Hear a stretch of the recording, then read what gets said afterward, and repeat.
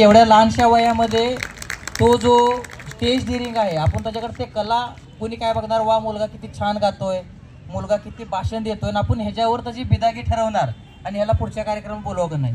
परंतु मी एक गोष्ट नोटीस केलेली आहे की एवढ्याशा लहान वयामध्ये त्याच्यावर शिवशंभू विचार ज्या मुखातून बाहेर येण्यासाठी त्याच्यावर आधी काहीतरी संस्कार झाले असतील. जसे अभिमन्यूला सुद्धा संस्कार झाले होते, त्याच पद्धतीने यांच्या पालकांचं कौतुक करण्याची गरज आहे की सांताक्लॉजच्या टोपीवर आपल्या मुलाला नाचवण्यापेक्षा शिवशंभू विचाराला एकतरी वाहून दिलेला कर्तव्य केलं. आणि खऱ्या अर्थानं पालक म्हणून यांचं जीवन आज धन्यवाद आहे, हे सार्थक झाले. कारण काय होतं की आपला मुलगा जन्माला यावा, डॉक्टर, इंजिनियर, वकील व्हावा, त्यानं 4 चाकी घ्यावी, गाडी घ्यावी, हे प्रत्येकाचं स्वप्न असतंय.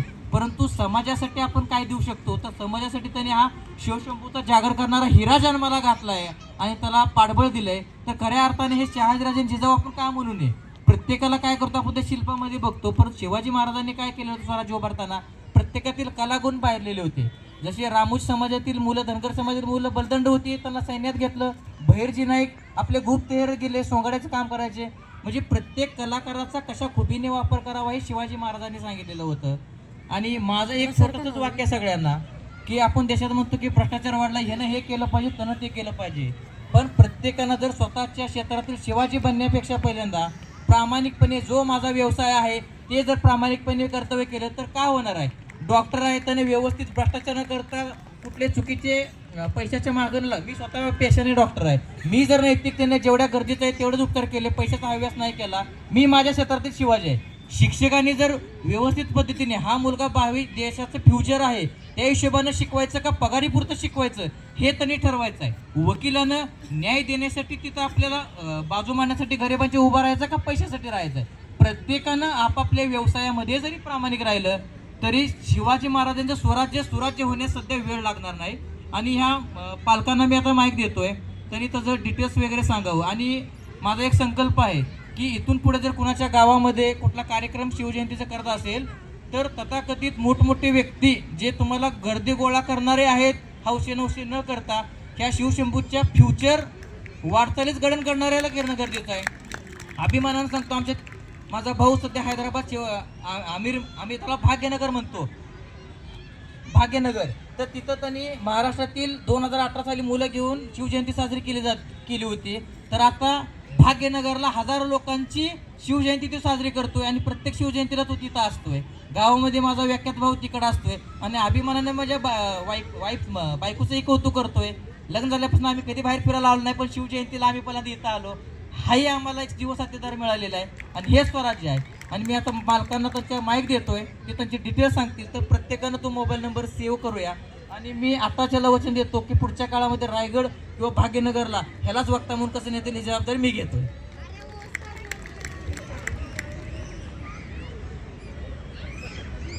हॅलो, ठीक आहे. सरांनी सांगितल्याप्रमाणे मी त्यांचं आभार व्यक्त करतो. आणि त्यांनी त्यांच्या थ्रू का होईना, माझ्या मुलाच्या थ्रू का होईना, मला त्यांनी स्टेजवरती बोलवलं. सर्वात आधी मी त्यांचं आभार मानतो. आणि आज 19 फेब्रुवारी राजांचा जन्मोत्सव, त्याच्याबद्दल सर्वांना हार्दिक शुभेच्छा देतो. मी एक सर्वसाधारण व्यक्ती, चिंतामण लासे, माझा मुलगा प्रतीक लासे हा इयत्ता 6वीत शिकतो आणि तो झेडपी शाळेत शिकतो. कारण का की ॲज अ कॉमन मॅन मी एक सर्वसाधारण माणूस आहे आणि माझी म्हणजे एवढी कॅपॅसिटी नाही की मी त्याला इंग्लिश मिडियमला शिकू शकतो. त्याच्यामुळे मला जेवढं होईल तेवढं मी त्याला करण्याचा प्रयत्न करतो आहे. आणि नक्कीच तुमच्या सर्वांचा जर आशीर्वाद असला तर तो नक्कीच पुढे जाईल. बस एवढं मी सांगून माझे 2 शब्द संपवतो. थँक्यू. त्याला शेअर करण्यासाठी जर तुम्हाला लागला तर माझा मोबाईल नंबर आहे. प्लीज त्याला पुढं एक चांगली स्टेज मिळावी यासाठी तुम्ही प्रत्येकाने जर प्रयत्न केलेत तर मी तुमचा खूप खूप आभारी राहील. माझा मोबाईल नंबर आहे, तो प्रत्येकच सांगू शकतो आहे आणि तोच शेअर करेल.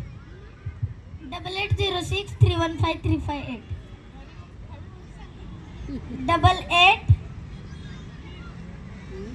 8806 315 358. Thank you sir, thank you. सर्वांचे आभार.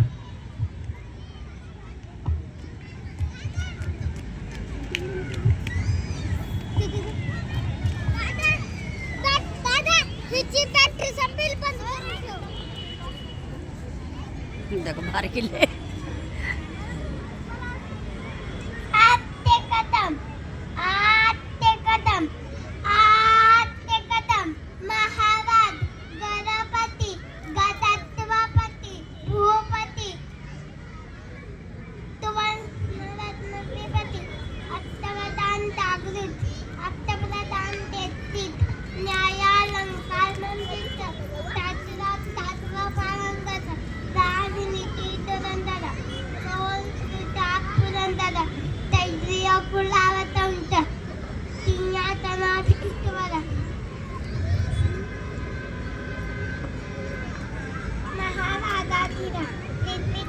छत्रपती शिवाजी महाराज की जय.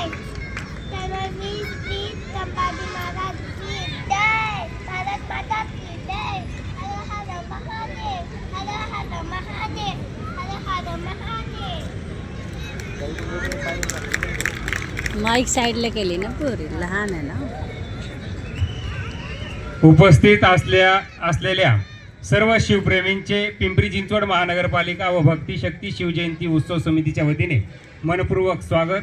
या ठिकाणी आपण बसला आहात, परंतु भेळ चौकाजवळील नियोजित महापौर मैदानावरती महानाट्याचा कार्यक्रम आत्ताच सुरू झालेला आहे.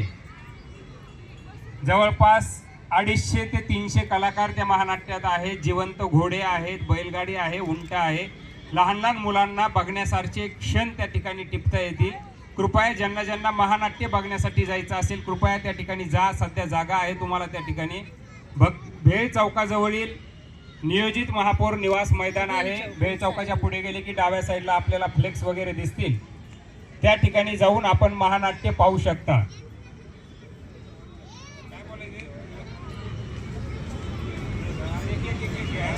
चलो ते साईडला बसून आहे, जसं काय दिखत नाही.